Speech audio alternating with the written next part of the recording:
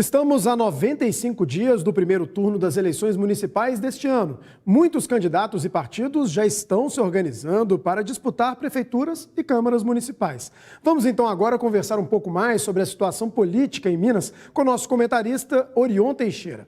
Oi, Orion, boa noite para você. A gente está vendo essas candidaturas serem consolidadas, né?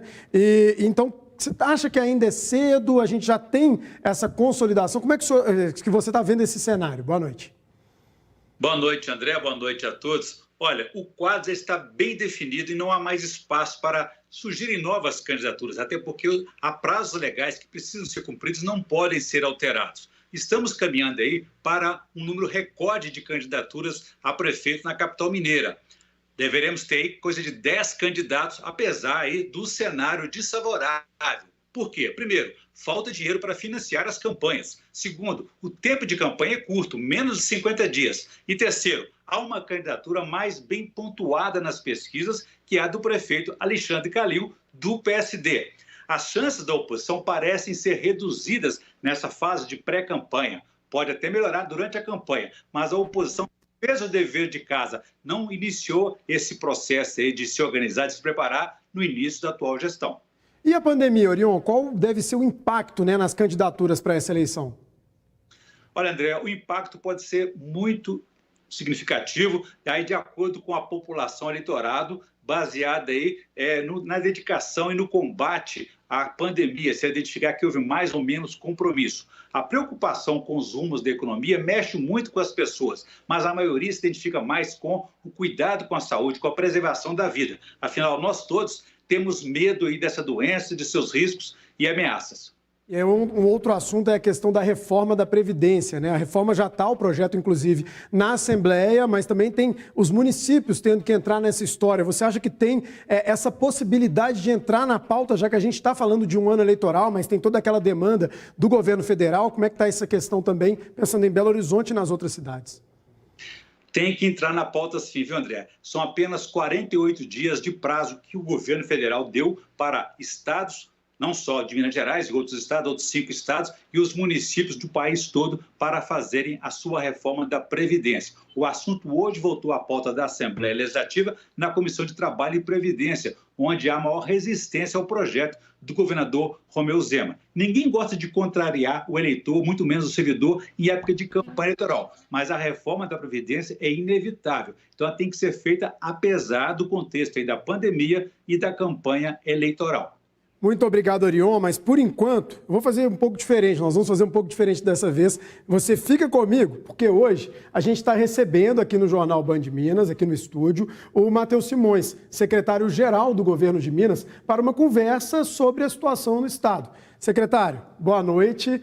Muito obrigado, né, por participar do Jornal Band Minas. E eu já começo fazendo uma pergunta sobre uma reunião, né, que nós tivemos hoje entre Prefeitura de BH, também entre o governo, para discutir a possibilidade da entrada, né, da Prefeitura nas diretrizes definidas pelo governo e a possibilidade também desse avanço, né, a Prefeitura na onda vermelha, poderia ir para a onda amarela no Minas Consciente. Como é que está funcionando essa discussão e como é que foi essa reunião de hoje? Boa noite, André. Boa noite, Orion. Na verdade, André, nós hoje tivemos uma reunião ao longo da tarde para discutir a situação de municípios que têm hospitais privados, porque até aqui os hospitais privados não eram computados para calcular a disponibilidade de leitos de UTI.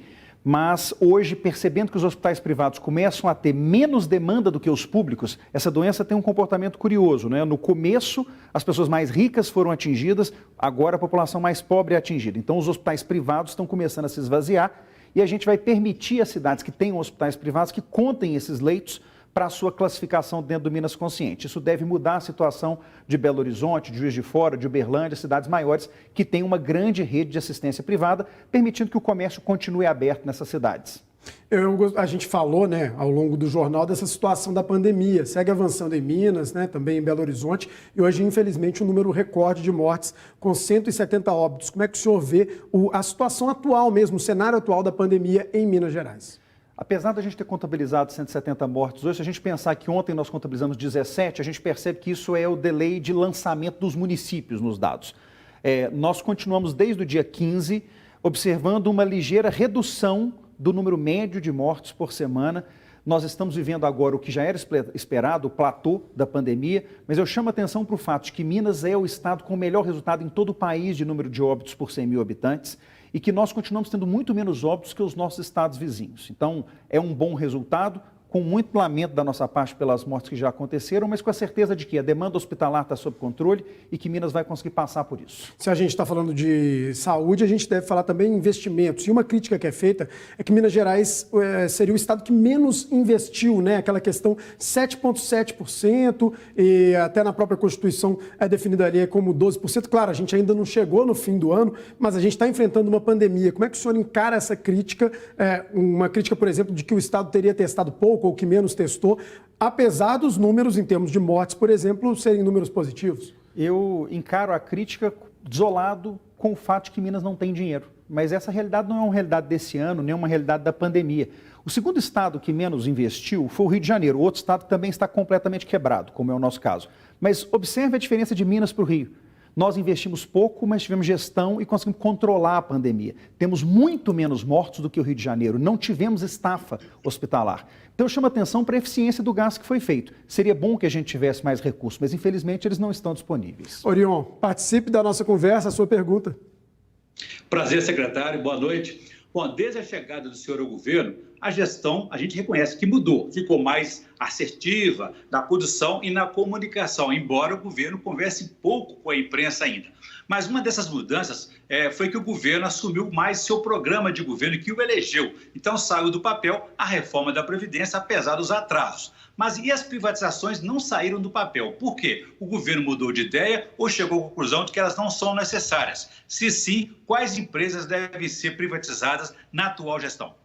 Orion, não há nenhuma dúvida que a reforma da Previdência é a nossa prioridade número 1, mas também não há dúvida que ela não é suficiente para resolver o problema fiscal do Estado. Se nós não tivermos privatizações ao longo dos próximos meses e anos, nós vamos continuar parcelando salário de servidor, nós vamos continuar com menos dinheiro do que o necessário para investir em saúde, educação, segurança e infraestrutura.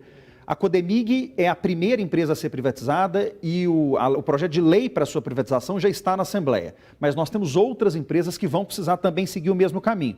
Um passo de cada vez, assim que Codemig tiver com a sua privatização na rua, nós passamos para as outras estatais do Estado. Secretário, muito obrigado pela sua participação no Jornal Band Minas. Vou agradecer também ao Orion, que ficou aí um pouco mais de tempo para participar também.